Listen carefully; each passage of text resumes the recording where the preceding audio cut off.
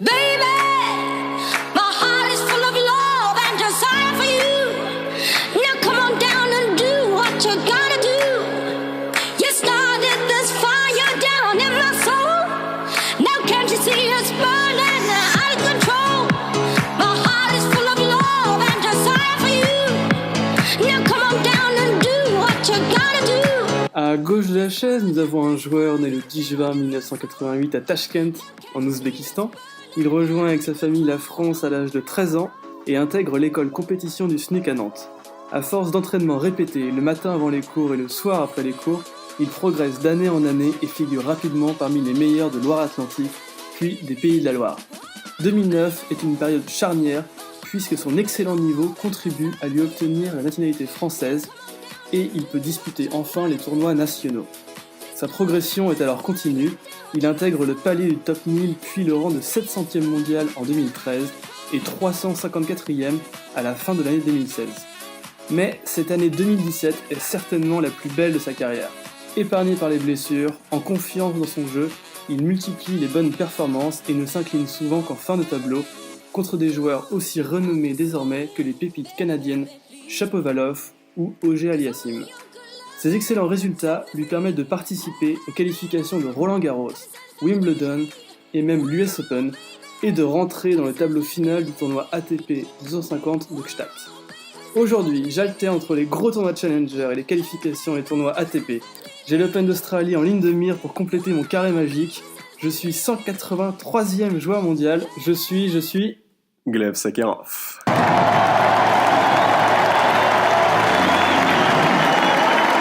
Roland-Garros, c'est parti. Enfin, presque. Début aujourd'hui du tournoi de qualification. Chez les hommes, ils sont 13 tricolores en lice et ce matin, le premier à s'y coller s'en est bien sorti. Gleb Sakharov, le 210e joueur à l'ATP, s'est débarrassé de l'italien Federico Gaio, mieux classé en bas de l'écran. Une victoire en 3-7 du français, 6-4, 6-7, 7-6. Serré, mais c'est bien lui qui obtient son ticket pour le deuxième tour. Jeu 7 et match, Sakharov. C'est une belle perf et ça, c'est pas, comme j'ai dit, c'est pas le match de ma vie, mais il fallait être là dans des moments importants et arriver à pas se frustrer, à rester calme. Parce que je pense que c'est ce que j'ai réussi à faire. C'est mon deuxième tournoi, deuxième tournoi de Grand Chelem. Forcément, je me sentais un petit peu plus relax, mais en même temps, je me disais que bon, l'année dernière, c'est un peu la découverte. Après le tirage au sort, bon, j'ai vu que je jouais la tête de série 2 ou 3 du tournoi. Donc je me suis dit bon, si je perds, bon, en soi, c'est pas très grave, quoi. Enfin, c'est la première fois et tout. Maintenant, c'était une deuxième fois. Je savais où je mettais les pieds et je savais aussi il y avait un peu plus d'attente sur moi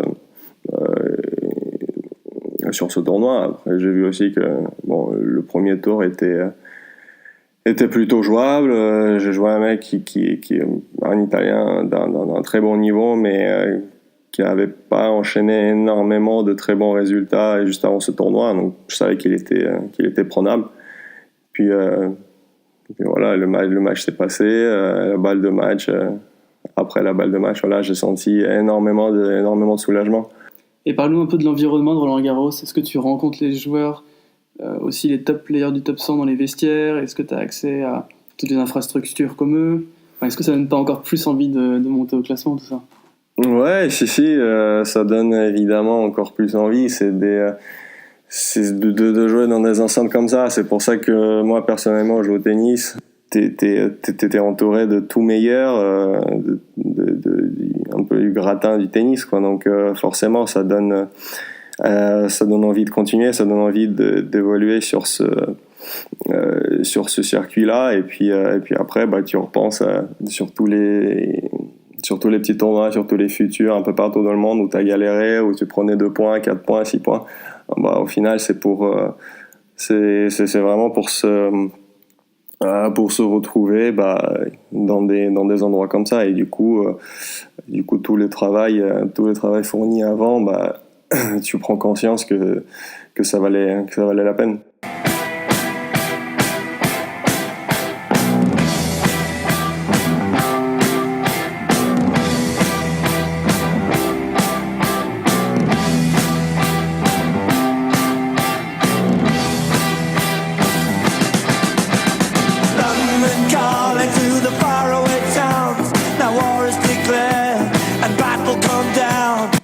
reste dans la catégorie des grands chelems et on change de surface. Raconte-nous ton expérience à Wimbledon où c'est la première fois de ta vie où tu as foulé un terrain en gazon.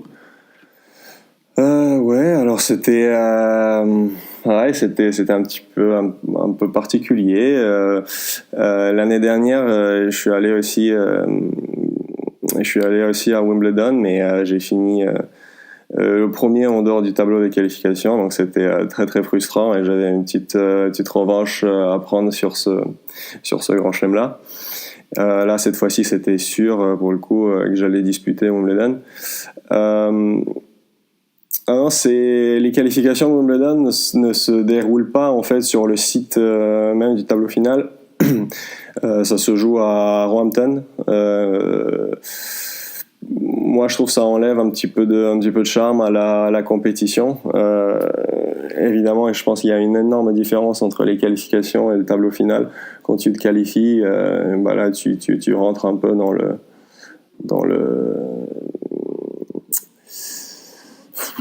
sur des cours mythiques où tu sens vraiment toute l'histoire du tennis et tous les titres de tous les meilleurs. Donc là à Roehampton c'était un petit peu particulier quoi. C'est comme si on prenait on prenait un petit jardin et on traçait des lignes, allez c'est parti on joue quoi. Donc c'était très bizarre cette expérience-là. Maintenant, il fallait le faire. J'ai pas forcément fait les efforts nécessaires pour bien se préparer pour ce tournoi, vu que sur les 2 semaines d'avant, j'étais encore sur terre battue et je suis arrivé sur place juste le vendredi. Donc le vendredi, forcément, je voulais taper et vu que c'est Angleterre, il a plu. Donc ils ont couvert les cours et puis ils ont dit c'était annulé pour aujourd'hui. Et puis j'ai pu faire entraînement samedi et dimanche, puis le match le lundi. Donc je pense que c'était pas tout à fait la préparation qu'il fallait le faire pour bien figurer dans ce tournoi. Mais bon, je me suis dit, vu que la saison sur gazon étant très courte, je vais privilégier les tournois sur lesquels je suis susceptible de me sentir un peu mieux, donc en sachant la terre battue à ce moment-là de l'année. Mais bon, c'était quand même une très belle expérience. Un match, je pense, ça m'a porté, mais vu que j'avais que 2 jours de practice dans les jambes, ça s'est pas très très bien passé au final, vu que je perds 6-4, 6-4. Mais bon, c'était quand même une très belle expérience et je pense que ça m'a pris ma petite revanche par rapport à l'année dernière. Et est-ce que tu penses que tu pourrais adapter ton style de jeu pour réussir à gagner cette surface ? Avoir plus de chops, monter plus souvent au filet? Oui, il faut forcer un peu sa nature. Moi, c'est pas trop mon style de jeu, de faire beaucoup de chops, de monter à contre-temps, tout ça. Je pense qu'il faut une grande variation. Il faut venir beaucoup au filet, faut être très performant au service. Parce que mine de rien, le service et le retour, ça détermine un peu l'issue du point, encore plus que sur dur. Et puis ouais, il faut le prendre vraiment comme un jeu quoi, encore plus que sur terre ou sur dur. Il faut arriver à garder son calme, à ne pas tomber dans la frustration et vraiment pour le coup jouer au tennis quoi. Et qui dit monter en classement dit la possibilité de jouer les qualifications du tournoi ATP, et notamment à Gstaad en Suisse où tu as passé les qualifications. Ensuite, au premier tour, tu es tombé sur Bélier, un wildcard suisse qui était moins bien classé que toi, plutôt un bon tirage. Et ensuite, tu affrontes un top player, le top 20 Bautista Agut, l'Espagnol, et son jeu si difficile à jouer. Raconte-nous ça.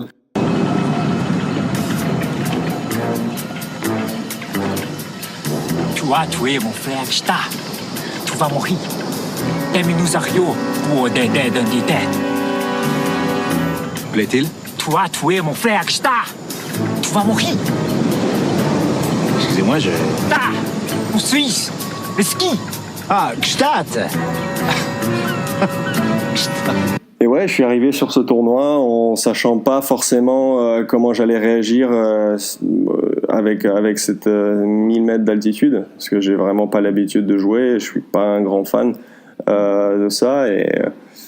Et bon, au premier tour, j'ai joué Yannick Mertens, qui était peut-être encore moins habitué que moi à l'altitude, vu qu'il c'était le dernier joueur à rentrer dans le tableau des qualifs, donc on était sur la même longueur d'onde. Vu que personne s'est vraiment beaucoup entraîné sur ces terrains-là.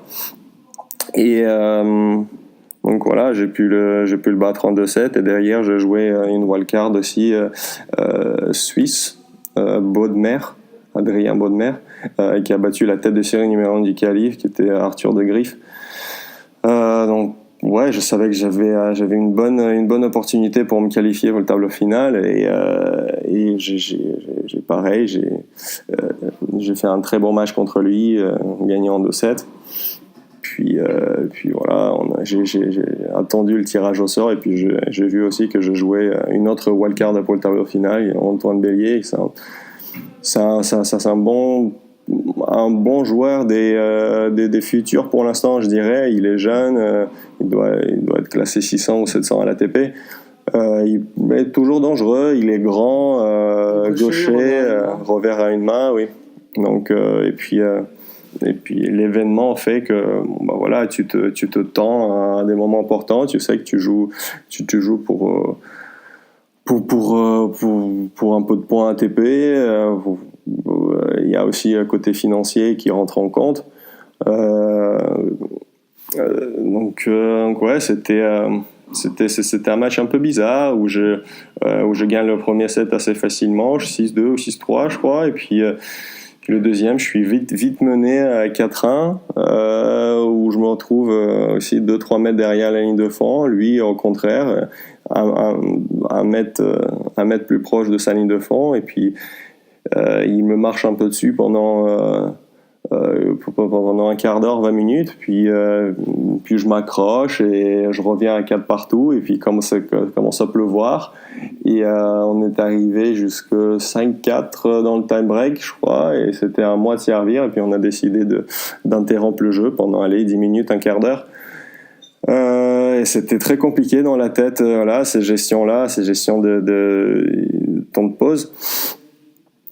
Et puis finalement, j'arrive à gagner 18, je crois, ou 11-9 dans le time break du deuxième. Puis j'étais très content, forcément, de finir en 2-7 et puis de pas revenir sur le court 2 heures après, quoi. Donc c'était une grande émotion pour moi de passer ce premier tour, et puis aussi d'affronter derrière un joueur, un top 20, c'était Bautista Agut.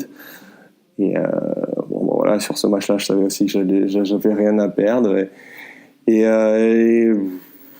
voilà, je pense que service à ce moment-là, il a beaucoup contribué en fait que je m'accroche au score.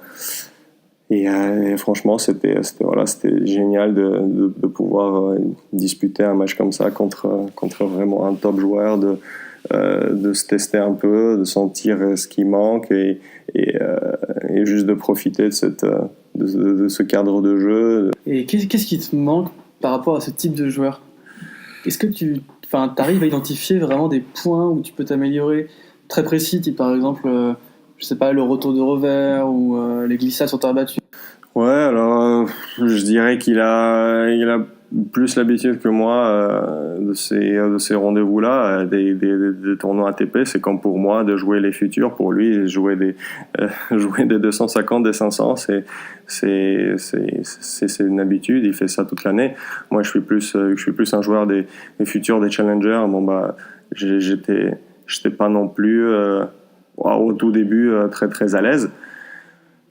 Mais après, au niveau des coups droits et des revers, ça joue sur des détails, quoi. Et quand tu mènes 15-30 ou que tu as des balles de break, que tu les fais pas, forcément ça ça joue parce que tu sais qu'en face t'as pas non plus n'importe qui et qui va cirer le jeu au moment important encore plus que toi et qui va te mettre la pression et que si tu fais pas ce qu'il faut, bah t'es vite débordé, t'es vite mis à la rue. Even if it ain't all it seems, I got a pocket full of dreams, baby. I'm from New York.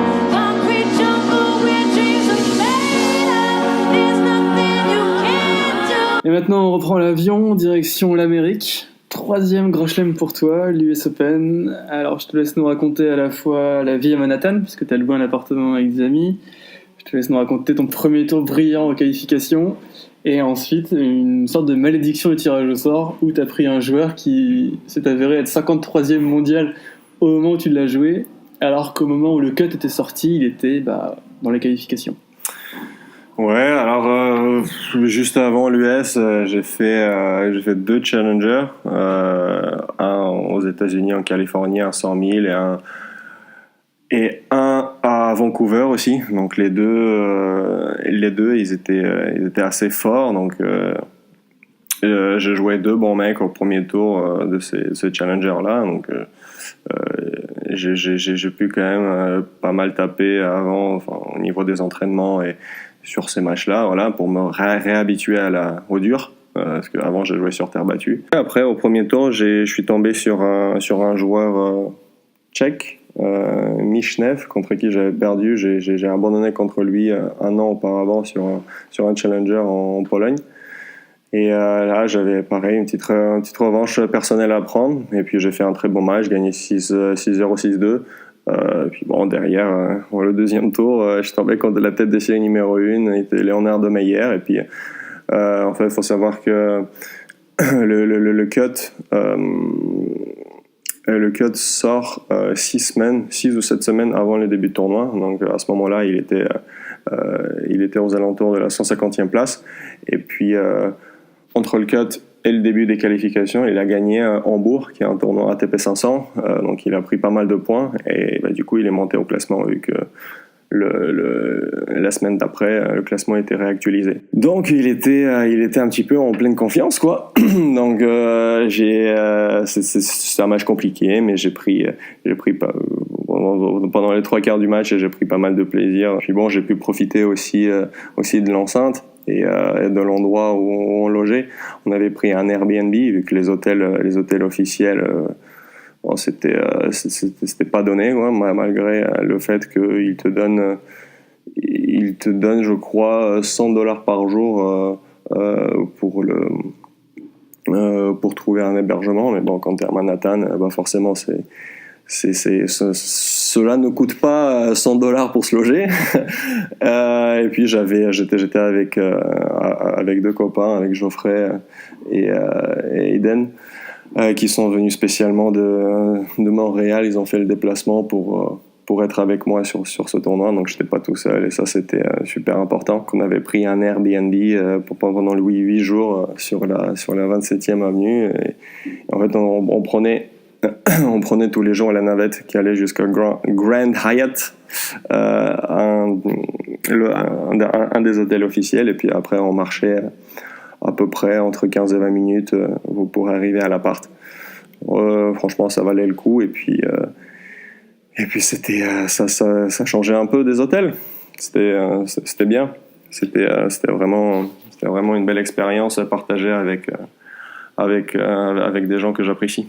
C'est hyper intéressant. Tu parles de l'entourage parce que on sait que les joueurs qui ont des très gros revenus, même commerciaux, les utilisent pour s'entourer d'une équipe très complète. Enfin, même Djokovic allait jusqu'au diététicien, fait attention à tout ce qu'il mangeait et tout ça.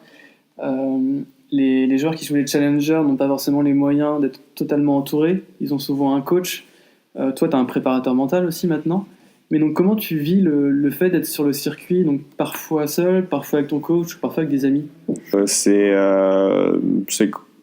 pas que c'est compliqué à gérer, c'était peut-être compliqué à gérer au début, parce que je me sentais voilà, sur ces tournois, quand t'es un peu jeune, forcément tu regardes tout ce qui est à côté, comment ils sont entourés, les autres joueurs et tout, et tu dis Là, je suis tout seul et les autres, ils ont des coachs ou alors ils ont leurs parents avec eux. Tout ça.